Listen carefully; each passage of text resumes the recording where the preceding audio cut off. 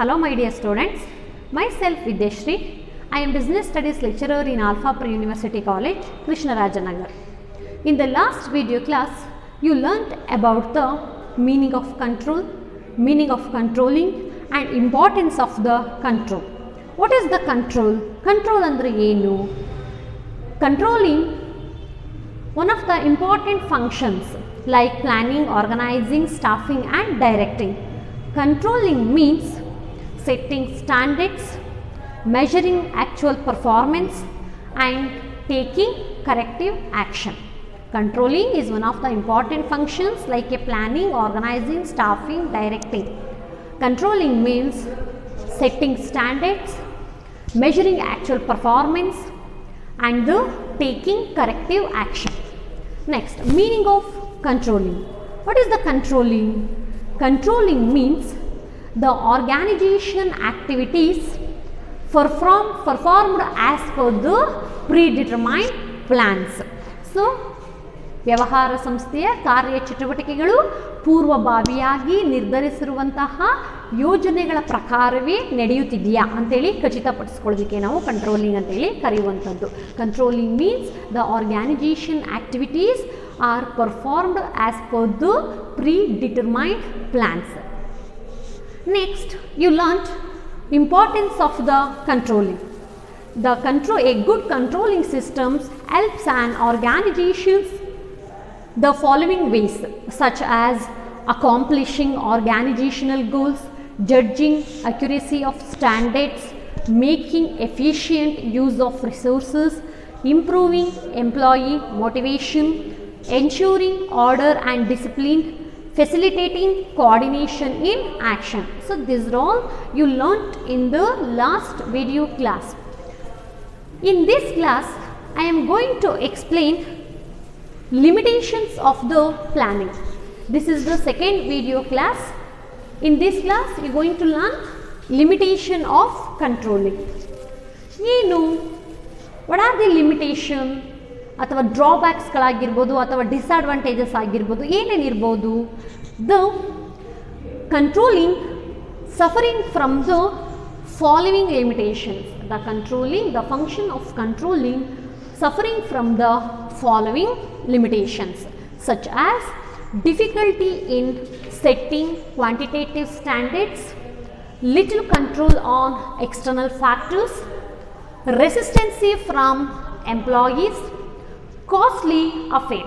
So, these are some important limitations of the controlling functions. Let me now one by one. Difficulty in setting quantitative standards.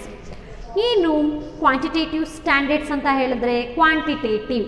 So quantitative ಅಂತ ಹೇಳಿದ್ರೆ ಪ್ರಮಾಣ ಅಂತೇಳಿ ಕರೆಯುವಂಥದ್ದು. So ಪ್ರಮಾಣ qualitative and quantitative. Qualitative ಅಂತ ಹೇಳಿದ್ರೆ ಗುಣಮಟ್ಟದ ಸ್ಟ್ಯಾಂಡರ್ಡ್ಸ್ಗಳಾದರೆ ಇದು ಪ್ರಮಾಣೀಕೃತ ಸ್ಟ್ಯಾಂಡರ್ಡ್ಸ್ಗಳು ಅಂತೇಳಿ ಕರೆಯುವಂಥದ್ದು.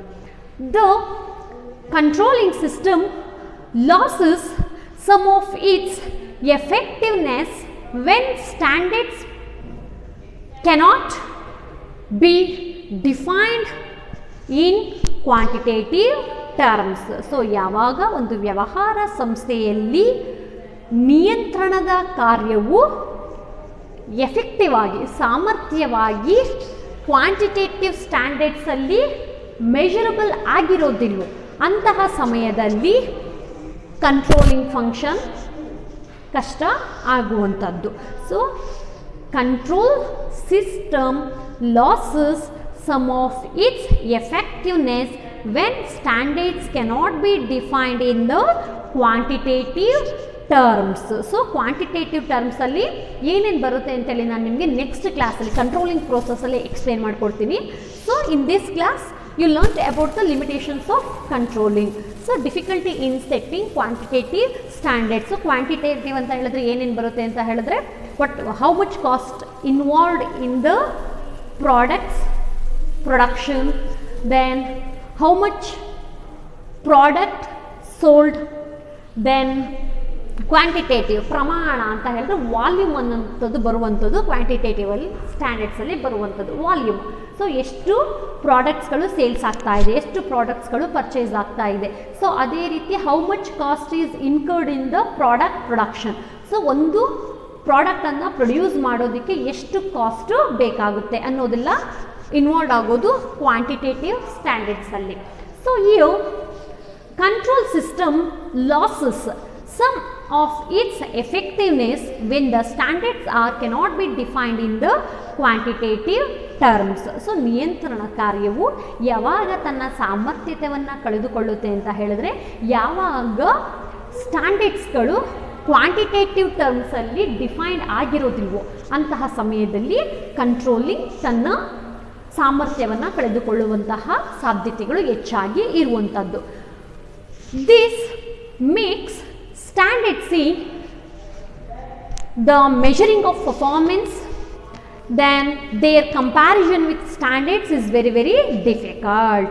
This makes measuring of performance and comparing standards with other standards, it's very difficult. So ಯಾವಾಗ ಕಂಟ್ರೋಲಿಂಗ್ ಕ್ವಾಂಟಿಟೇಟಿವ್ ಆಗಿ ಡಿಫೈನ್ಡ್ ಆಗಿರೋದಿಲ್ವೋ ಆವಾಗ ಪರ್ಫಾರ್ಮೆನ್ಸ್ ಕೂಡ ಮೆಷರ್ಮೆಂಟ್ ಮಾಡೋದಕ್ಕೆ ಸಾಧ್ಯ ಆಗೋದಿಲ್ಲ, ಅದೇ ರೀತಿ ಕಂಪ್ಯಾರಿಸನ್ ಮಾಡೋದಕ್ಕೂ ಕೂಡ ಸಾಧ್ಯ ಆಗೋದಿಲ್ಲ. ಫಾರ್ ಎಕ್ಸಾಂಪಲ್ ಎಂಪ್ಲಾಯಿ ಮೊರಾಲೆ ಆಗಿರ್ಬೋದು, ಜಾಬ್ ಸ್ಯಾಟಿಸ್ಫ್ಯಾಕ್ಷನ್ ಆಗಿರ್ಬೋದು, ಹ್ಯೂಮನ್ ಬಿಹೇವಿಯರ್ ಆಗಿರ್ಬೋದು. So these are such areas where this problem might be arises. So employee morale ಆಗಿರ್ಬೋದು, ಜಾಬ್ ಸ್ಯಾಟಿಸ್ಫ್ಯಾಕ್ಷನ್ ಆಗಿರ್ಬೋದು, ಹ್ಯೂಮನ್ ಬಿಹೇವಿಯರ್ ಆಗಿರ್ಬೋದು. ಸೊ ಇವುಗಳನ್ನೆಲ್ಲನೂ ಮೆಷರ್ ಮಾಡೋದಕ್ಕೆ ಡಿಫಿಕಲ್ಟ್ ಆಗಿರುವಂಥದ್ದು. ಸೊ ಯಾವಾಗ when the standards cannot be defined in the quantitative standards, in that time it is difficult to measuring performance of an employees and difficult to comparison with the standards as well as employee morale, job satisfaction and human behavior. So these problems might be arises. Next, little control on external factors. What are the external factors? So ಒಂದು ವ್ಯವಹಾರ ಸಂಸ್ಥೆಗೆ ಆಂತರಿಕ ಅಂಶಗಳನ್ನು ಮಾತ್ರ ಅಲ್ಲದೆ ಕೆಲವೊಂದು ಬಾಹ್ಯ ಅಂಶಗಳು ಪರಿಣಾಮವನ್ನು ಬೀರುವಂಥದ್ದು. ಸೊ ಯಾವ್ಯಾವುದು ಬಾಹ್ಯ ಅಂಶಗಳು? ನೀವು ಓದಿರ್ತೀರಾ ಥರ್ಡ್ ಚಾಪ್ಟ್ರಲ್ಲಿ ಬಿಸ್ನೆಸ್ ಎನ್ವೈರನ್ಮೆಂಟ್ ಚಾಪ್ಟ್ರಲ್ಲಿ ನೀವು ಓದಿದ್ದೀರಾ. ಯಾವ್ಯಾವ್ದು ಬರುತ್ತೆ? ಪೊಲಿಟಿಕಲ್ ಫ್ಯಾಕ್ಟರ್ಸ್ ಆಗಿರ್ಬೋದು, ಲೀಗಲ್ ಫ್ಯಾಕ್ಟರ್ಸ್ ಆಗಿರ್ಬೋದು, ಎಕನಾಮಿಕ್ ಫ್ಯಾಕ್ಟರ್ಸ್ ಆಗಿರ್ಬೋದು, ಮತ್ತು ಸೋಷಿಯಲ್ ಫ್ಯಾಕ್ಟರ್ಸ್ ಆಗಿರ್ಬೋದು, ಮತ್ತು ಟೆಕ್ನಾಲಜಿಕಲ್ ಫ್ಯಾಕ್ಟರ್ಸ್ ಆಗಿರ್ಬೋದು. So these are all external factors of the business organisations. Generally the business enterprises cannot control by the external factors such as government policies, technological changes and competition, political factors, then social factors, technological factors. So these factors are external factors. The business environment cannot be controlled by the external factors. So ವ್ಯವಹಾರ ಸಂಸ್ಥೆಗಳು ಸಂಸ್ಥೆಯ ಬಾಹ್ಯ ಅಂಶಗಳಿಂದ ನಿಯಂತ್ರಣಕ್ಕೆ ಒಳಗಾಗದೆ ಇರುವಂಥದ್ದು. So ಒಂದು ಸಂಸ್ಥೆಯು ತನ್ನ ಸಂಸ್ಥೆಯ ಒಳಗಡೆ ಇರುವಂತಹ ಅಂಶಗಳನ್ನು ನಿಯಂತ್ರಣ ಮಾಡ್ಬೋದೇ ಹೊರತು ಸಂಸ್ಥೆಯ ಬಾಹ್ಯ ಅಂಶಗಳನ್ನು ನಿಯಂತ್ರಣ ಮಾಡೋದಕ್ಕೆ ಸಾಧ್ಯ ಆಗೋದಿಲ್ಲ. ಸೊ ವ್ಯವಹಾರ ಸಂಸ್ಥೆ ಬಾಹ್ಯ ಅಂಶಗಳಿಗೆ ಅಡ್ಜಸ್ಟ್ ಆಗಬೇಕೆ ಹೊರತು ಎನ್ವೈರನ್ಮೆಂಟು ಬಿಸ್ನೆಸ್ಗೆ ಅಡ್ಜಸ್ಟ್ ಆಗೋದಿಲ್ಲ. A business should be adapt itself the changing environment. So according to this point generally the business environment not controlled by the external factors such as government policies ಆಗಿರ್ಬೋದು, technological factors ಆಗಿರ್ಬೋದು, then competition ಆಗಿರ್ಬೋದು, social factors ಆಗಿರ್ಬೋದು, legal factors ಆಗಿರ್ಬೋದು. So this are all ಫ್ಯಾಕ್ಟರ್ಸನ್ನು ಒಂದು ವ್ಯವಹಾರ ಸಂಸ್ಥೆ control ಮಾಡೋದಕ್ಕೆ ಸಾಧ್ಯ ಆಗೋದಿಲ್ಲ. Next, resistance from employees. ನೌಕರರ ಪ್ರತಿವಿರೋಧ. ಯಾವ ರೀತಿ? ಹೆಚ್ಚು ನಾವು ನಿಮ್ಮನ್ನು ಕಂಟ್ರೋಲ್ ಮಾಡ್ತಾ ಇದ್ವಿ ಅಂತ ಹೇಳಿದ್ರೆ ನಿಮ್ಗೇನು ಅನಿಸುತ್ತೆ? ಇವರು ನಮ್ಮ ಸ್ವಾತಂತ್ರ್ಯಗಳನ್ನು ಕಿತ್ಕೊತಾ ಇದ್ದಾರೆ. ಸೊ ನಮಗೆ ನಮ್ಮ ಸಂಸ್ಥೆಯಲ್ಲಿ ನಮ್ಮ ಇಷ್ಟದ ಪ್ರಕಾರ ಕೆಲಸವನ್ನು ನಿರ್ವಹಿಸೋದಕ್ಕೆ ಸಾಧ್ಯ ಆಗ್ತಾ ಇಲ್ಲ ಅನ್ನುವಂಥ ಒಂದು ಭಾವನೆ ಏನು ಬರುತ್ತೆ ನಿಮ್ಮ ಮನಸ್ಸಲ್ಲಿ ಬರುವಂಥದ್ದು. ಸೊ ಅವಾಗ ನಿಮ್ಗೆ ಏನು ಅನಿಸುತ್ತೆ? ಇವರು ನಮ್ಮ ಸ್ವಾತಂತ್ರ್ಯಕ್ಕೆ ಧಕ್ಕೆಯನ್ನು ತರ್ತಾ ಇದ್ದಾರೆ ಅಂತ ಹೇಳಿ ನಿಮ್ಮ ಮನಸ್ಸಲ್ಲಿ ಬರುವಂಥದ್ದು. So according to this points, control is often resisted by the employees. They see it is a restrictions on their freedom. For instance, the employees might object when are kept under a strict watch with the help of CCTVs. ಏನು CCTVs ಅಂತ ಹೇಳಿದ್ರೆ closed circuit television. So ಯಾವಾಗ ಒಂದು ವ್ಯವಹಾರ ಸಂಸ್ಥೆಯಲ್ಲಿ ನೌಕರರು ನೇರವಾಗಿ CC ಕ್ಯಾಮ್ರಾಗಳು, so ನಿಮಗೆಲ್ಲ ಗೊತ್ತಿರುತ್ತೆ, ಆದ್ದರಿಂದ ನಿಯಂತ್ರಣಕ್ಕೆ ಒಳಪಡ್ತಾ ಇದ್ದಾರೆ ಅಂತ ಹೇಳಿದ್ರೆ ಅವ್ರಿಗೆ ಏನನ್ಸುತ್ತೆ, ಅವರಿಗೆಲ್ಲೋ ನಮ್ಮ ಸ್ವಾತಂತ್ರ್ಯವನ್ನು ಕಿತ್ಕೊತಾ ಇದ್ದಾರೆ, ನಮ್ಮ ಸ್ವಾತಂತ್ರ್ಯಕ್ಕೆ ಧಕ್ಕೆ ಬರುವಂತಹ ಕೆಲಸವನ್ನು ನಿರ್ವಹಿಸ್ತಾ ಇದ್ದಾರೆ ಎನ್ನುವಂಥದ್ದು ಎಂಪ್ಲಾಯಿಗೆ ಬರುವಂಥದ್ದು. ಸೊ ಅವರಿಂದ ಕೆಲವೊಂದು ಬಾರಿ ಪ್ರತಿರೋಧಗಳು ಉಂಟಾಗಬಹುದು. So according to this point, control is often resisted by the employees. They see it is a restriction on their freedom. For instance, the employees might object when are kept under a strict watch with the help of CCTVs. CCTVs ಅಂತ ಹೇಳಿದ್ರೆ closed circuit televisions.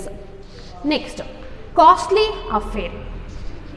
The controlling system is a lot of expenditures, time and efforts. The controlling systems involve a lot of expenditure, it requires more time and it is very effort function. The small enterprises cannot be afraid the control progress in their organizations. ಒಂದು ಸಂಸ್ಥೆಯಲ್ಲಿ ನಿಯಂತ್ರಣ ಕಾರ್ಯಗಳನ್ನು ಕೈಗೊಳ್ಳೋದಕ್ಕೆ ಹೆಚ್ಚು ವೆಚ್ಚದಾಯಕವಾಗಿರುವಂಥದ್ದು, ಹೆಚ್ಚು ಸಮಯವನ್ನು ಕೇಳುವಂಥದ್ದು, ಹೆಚ್ಚು ಎಫರ್ಟ್ಸನ್ನು ಬೇಕಾಗಿರುವಂಥದ್ದು. So ಸಣ್ಣ ಸಣ್ಣ ವ್ಯವಹಾರ ಸಂಸ್ಥೆಗಳು ಈ ಕಂಟ್ರೋಲಿಂಗ್ ಫಂಕ್ಷನ್ಸ್ನ ಯಶಸ್ವಿಯಾಗಿ ಇಂಪ್ಲಿಮೆಂಟ್ ಮಾಡೋದಕ್ಕೆ ಸಾಧ್ಯ ಆಗೋದಿಲ್ಲ. The controlling function required A more expensive, it's require more time and it's require more effort. The small organization cannot afford the controlling function in their organization. So these are some important limitations of the controlling. First one ಏನು ಹೇಳುತ್ತೆ, difficulty in setting quantitative standards. So according to this point, control system losses some of effectiveness. So ಯಾವಾಗ ನಿಯಂತ್ರಣ ತನ್ನ ಸಾಮರ್ಥ್ಯವನ್ನು ಕಳ್ಕೊಳ್ಳೋದಕ್ಕೆ ಸಾಧ್ಯ ಅಂತ ಹೇಳಿದ್ರೆ, when the standards are can not be defined as the quantitative terms. In that time the controlling system loses its effectiveness.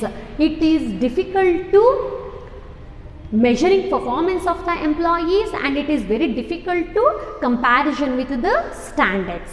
So it is also difficult to know the employee morale, job satisfaction and human behavior. Next, little control on external factors. Generally the business enterprises cannot control by the external factors such as government policies, technological changes, competition, social factors, legal factors, economic factors.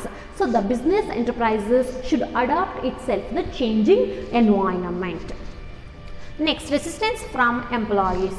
So when the employees are fully controlled by the managers, in that time the people feel the restrictions on their freedom.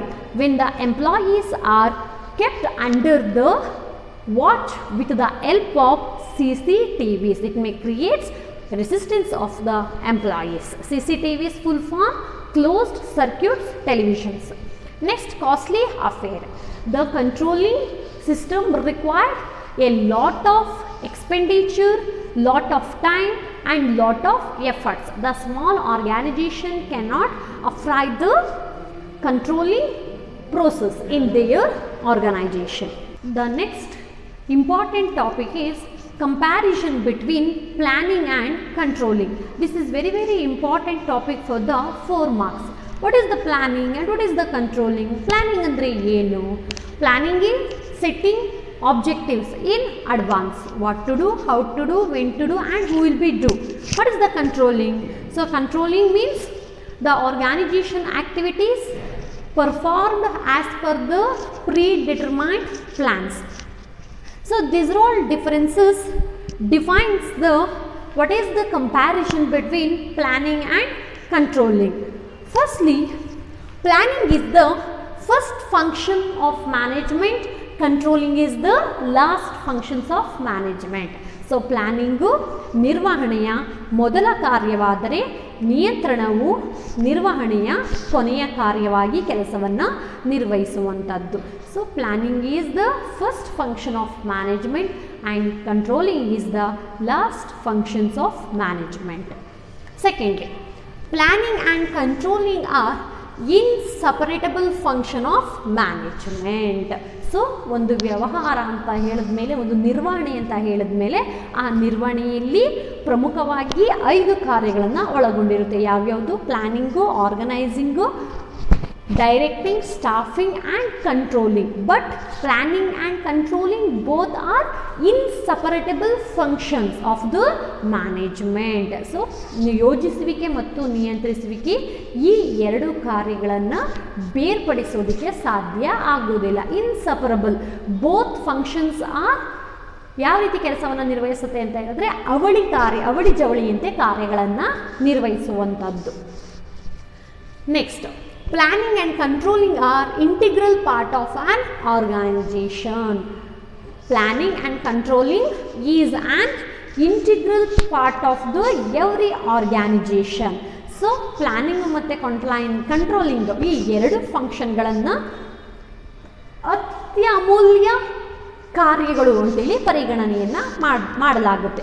ಏನಕ್ಕೆ ಅಂತ ಹೇಳಿದ್ರೆ both functions are important for smooth running of an enterprises. So ಒಂದು ವ್ಯವಹಾರ ಸಂಸ್ಥೆಯು ಯಾವುದೇ ರೀತಿಯ ಸಮಸ್ಯೆಗಳಿಲ್ಲದೆ ಸ್ಮೂತಾಗಿ ಹೋಗಬೇಕು ಅಂತ ಹೇಳಿದ್ರೆ these both functions are very very important. Planning and controlling are integral ಅಂತ ಹೇಳಿದ್ರೆ ಅತ್ಯಮೂಲ್ಯವಾದಂತಹ ಭಾಗ ಆಫ್ ದ ಆರ್ಗನೈಜೇಷನ್. ಒಂದು ಸಂಸ್ಥೆಯ ಅತ್ಯಮೂಲ್ಯ ಭಾಗಗಳು ಅಂತ ಹೇಳಿದ್ರೆ ಒಂದು ಕಂಟ್ರೋಲಿಂಗು, ಇನ್ನೊಂದು planning.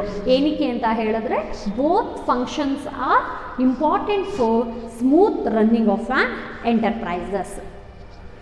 Next, planning precedes controlling, but controlling succeeds planning. ಏನು ಹಾಗಂತ ಹೇಳಿದ್ರೆ ಪ್ರಿಸೀಡ್ಸ್ ಅಂದರೆ ಏನು? ಪ್ರಿಸೀಡ್ಸ್ ಅಂತ ಹೇಳಿದ್ರೆ ಮುಂಚಿತವಾಗಿ ಬರುವಂಥದ್ದು. ಸೊ ಪ್ಲ್ಯಾನಿಂಗ್ ಫಂಕ್ಷನ್ಸ್ ಯಾವಾಗಲೂ ಕೂಡ ಕಂಟ್ರೋಲಿಂಗ್ ಫಂಕ್ಷನ್ಸ್ಗಿಂತ ಮುಂಚೆ ಬರುವಂಥದ್ದು. But controlling succeeds planning. So controlling success ಆಗೋದು ಡಿಪೆಂಡ್ಸ್ ಅಪಾನ್ ದ ಪ್ಲ್ಯಾನಿಂಗ್. ಏನಕ್ಕೆ ಅಂತ ಹೇಳಿದ್ರೆ ಕಂಟ್ರೋಲಿಂಗ್ ಅಂದರೆ ಏನು? Controlling means the organisation activities performed as per the predetermined plan. So ಸಂಸ್ಥೆಯ ನಿರ್ವಹಣೆಯ ಕಾರ್ಯಗಳು ಪೂರ್ವಭಾವಿಯಾಗಿ ನಿರ್ಧರಿಸಿರುವ ಯೋಜನೆಗಳ ಮುಖಾಂತರವೇ ಅಥವಾ ಯೋಜನೆಗಳ ಪ್ರಕಾರವೇ ನಡೆಯುತ್ತಿದೆಯಾ ಅಂತೇಳಿ ಖಚಿತಪಡಿಸ್ಕೊಳ್ಳೋದಕ್ಕೆ ಕಂಟ್ರೋಲಿಂಗ್ ಅಂತೇಳಿ ಕರೆಯುವಂಥದ್ದು. So planning precedes controlling. Planning ಯಾವಾಗಲೂ ಕೂಡ ಕಂಟ್ರೋಲಿಂಗ್ ಫಂಕ್ಷನ್ಸ್ಗಿಂತ ಮುಂಚಿತವಾಗಿ ಬರುವಂಥದ್ದು. But controlling succeeds planning. Controlling successful ಆಗಬೇಕು ಅಂತ ಹೇಳಿದ್ರೆ planning is very very important. Next, planning is looking ahead, but controlling looking both.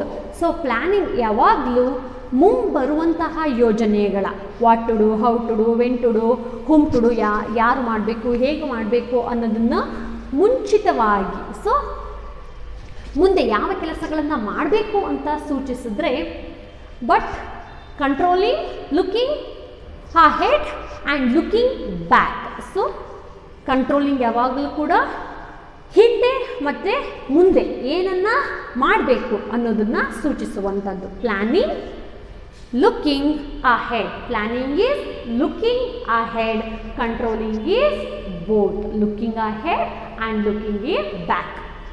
Next, planning is prescriptive. Prescriptive ಅಂತ ಹೇಳಿದ್ರೆ ಸೂಚನೆಯನ್ನು ನೀಡುವಂಥದ್ದು. ಸೊ ಪ್ಲ್ಯಾನಿಂಗ್ ಯಾವಾಗಲೂ ಕೂಡ ಯಾವ ರೀತಿಯ ಸೂಚನೆಯನ್ನು ನೀಡುತ್ತೆ? ಪ್ಲ್ಯಾನಿಂಗ್ ಅಂದರೆ ಏನು? Planning setting objectives in advance. What to do, how to do, when to do, whom to do, then where to do. So ಯಾವಾಗಲೂ ಕೂಡ ಪ್ಲ್ಯಾನಿಂಗು ಸೂಚನೆಯನ್ನು ನೀಡಿದರೆ, ಕಂಟ್ರೋಲಿಂಗ್ ಈಸ್ ಇವ್ಯಾಲ್ಯುವೇಟಿವ್ ಅಂತ ಹೇಳಿದ್ರೆ ಮೌಲ್ಯಮಾಪನವನ್ನು ಮಾಡುವಂಥದ್ದು, ಮೆಷರ್ಮೆಂಟನ್ನು ಮಾಡುವಂಥದ್ದು. So planning helps to measuring performance of an employees. So planning is ಈ prescriptive and controlling is the evaluating. Next, planning without controlling is meaningless. Planning without controlling is meaningless, but similarly controlling is blind without the planning. So ಒಂದು ವ್ಯವಹಾರ ಸಂಸ್ಥೆಯಲ್ಲಿ planning ಇಲ್ಲದೆ controlling ಮಾಡೋದಕ್ಕಾಗಲ್ಲ, controlling ಇಲ್ಲದೆ planning ಇರೋದಕ್ಕೆ ಸಾಧ್ಯ ಆಗೋದಿಲ್ಲ. So both are very very important for the each and every organization, because these both functions are important for smooth running of the enterprises. So planning without controlling is meaningless. So planning without controlling is meaningless. So ಯೋಜನೆಯಲ್ಲಿ ನಿಯಂತ್ರಣನೇ ಇಲ್ಲ ಅಂತ ಹೇಳಿದ್ರೆ it is A meaningless, ಅರ್ಥನೇ ಇರೋದಿಲ್ಲ. So similarly controlling is blind without the planning. Planning ಇಲ್ಲದೆ control, blind ಅಂದರೆ ಏನು? ಕುರುಡುತನವನ್ನು ಸೂಚಿಸುವಂಥದ್ದು. ಪ್ಲ್ಯಾನಿಂಗ್ ಇಲ್ಲದೆ ಕಂಟ್ರೋಲ್ ಇಲ್ಲ, ಕಂಟ್ರೋಲಿಂಗ್ ಇಲ್ಲದೆ ಪ್ಲ್ಯಾನಿಂಗ್ ಫಂಕ್ಷನ್ಸ್ ಇರೋದಿಲ್ಲ. So both are very very important functions of each and every organization, because both are important for the smooth running of an enterprises. So these are some important differences between the planning and controlling. So ಯಾವ್ಯಾವ್ದು ಬರುತ್ತೆ? Planning is the first function.